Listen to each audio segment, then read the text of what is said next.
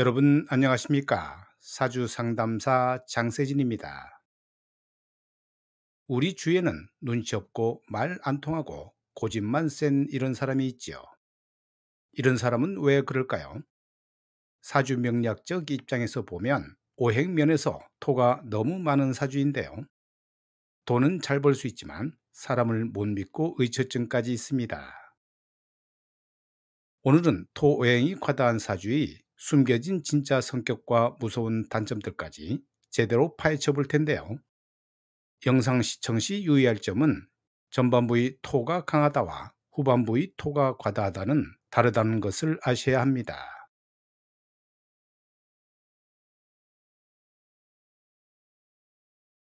토기운이 강한 사주팔자의 특징은 어떨까요? 보통 토기운 수세 개라고 보시면 틀리지 않습니다. 첫째, 토기운은 어디에도 치우치지 않고 도와주고 중재하는 기운이므로 방위적으로도 오행의 중앙에 속하지요.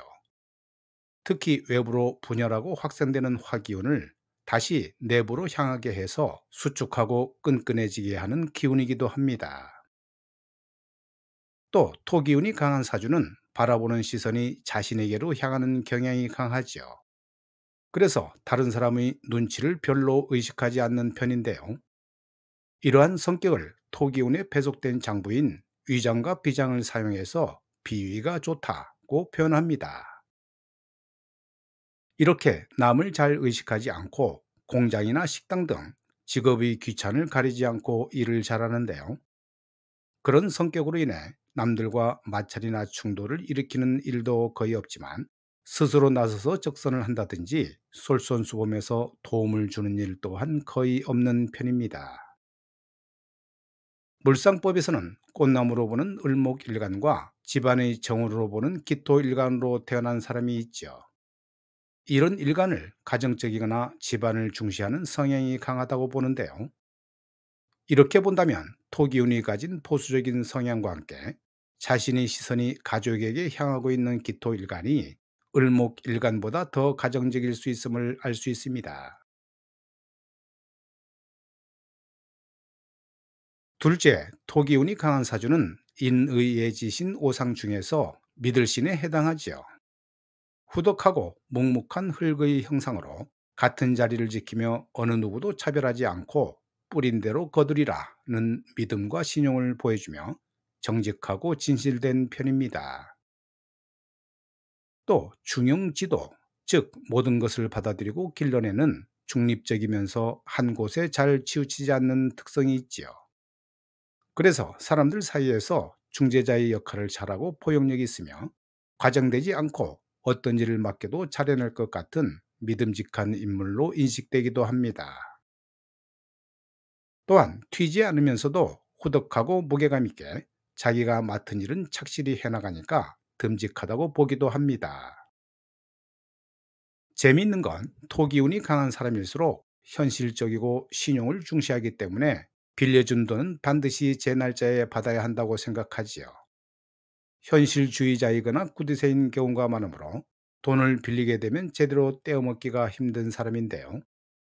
그래서 우스갯소리로 토기운이 강한 사람한테 돈을 빌리고 안 갚으면 무덤까지 쫓아오므로 반드시 갚아야 한다는 말이 있을 정도입니다. 물상법에서도 무기토 일간이 토기운이 강하면 재물을 잘 모으는 금고사주라고 하는데요.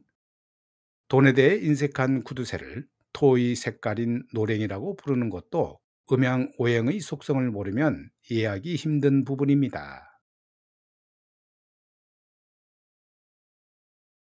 셋째, 시선이 자기 내부로 향하는 토기운이 강한 사주는 자기 자신과 관련 있는 실질적인 문제에 관심을 가지며 생각이 깊은 경우가 많고 매우 꼼꼼한 편이지요. 그래서 이런 사람이 회사의 회계를 맡으면 10원짜리 하나까지도 정확히 계산하면서 능력 발휘를 잘합니다. 외부에 시선을 주지 않기 때문에 세상 일에 대해 불안해하거나 걱정하지 않는 특징을 가지며 한편으로는 대담해 보이기도 합니다.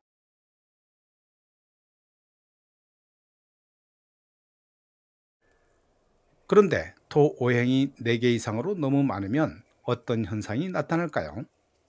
첫째, 시선이 자신에게로 향하는 경향이 지나쳐 자기중심적이고 고집이 세다는 단점이 있지요.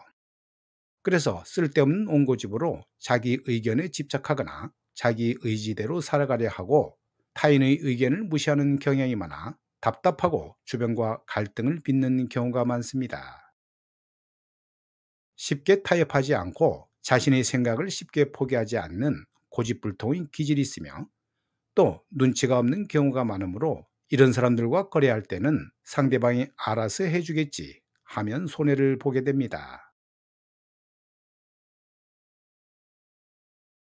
둘째, 중립적이면서 한 곳에 잘 치우치지 않는 보수적이고 고지식한 성격이 강해 생각 외로 매우 답답하고 말귀가 어두운 경우가 있지요.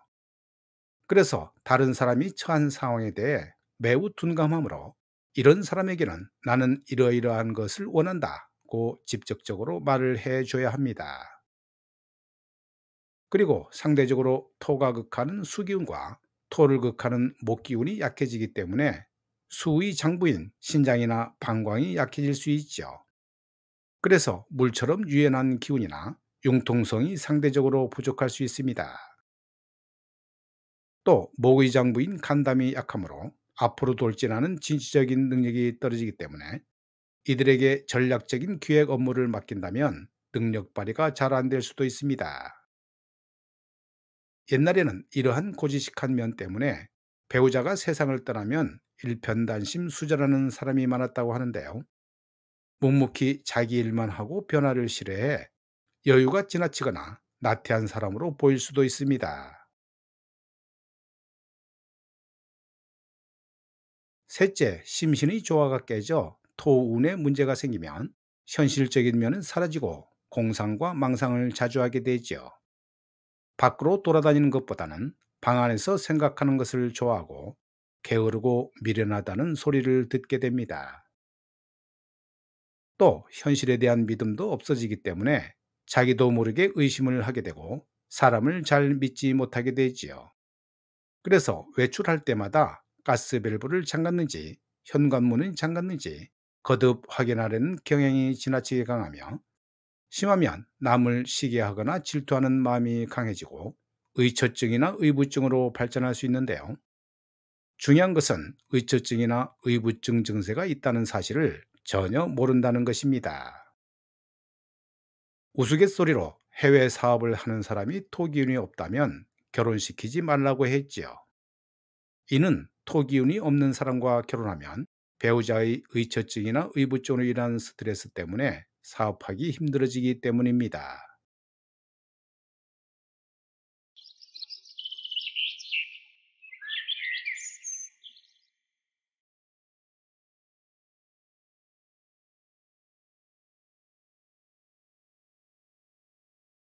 이 명조는 미월에 태어난 임신일주 남매인데요.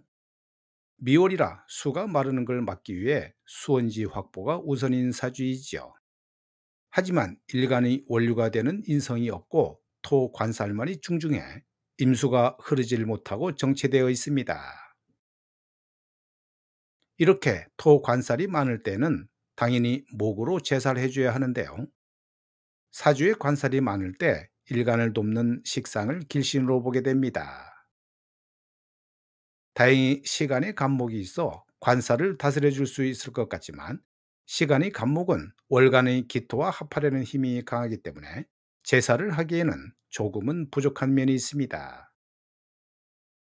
또 위에서 언급했듯이 금기운이 없어 수원지가 약하게 되고 왕한금을 설계시켜 줄 수도 없기 때문에 상당히 막힘이 많은 사주가 될 것으로 봅니다. 이렇게 토가 많아 수가 흐르지 못할 경우는 늘 장애물이 많게 되고 사회생활에 중단, 지체, 지연이 많은데요. 성격도 소심해서 사회생활에 적응이 조금 더딘 편입니다. 시간의 간목 역할이 상당히 아쉬운 상황이죠.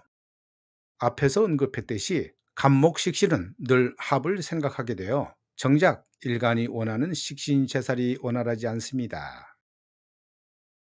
오늘 영상은 여기까지고요. 저는 다음 영상에서 뵙겠습니다.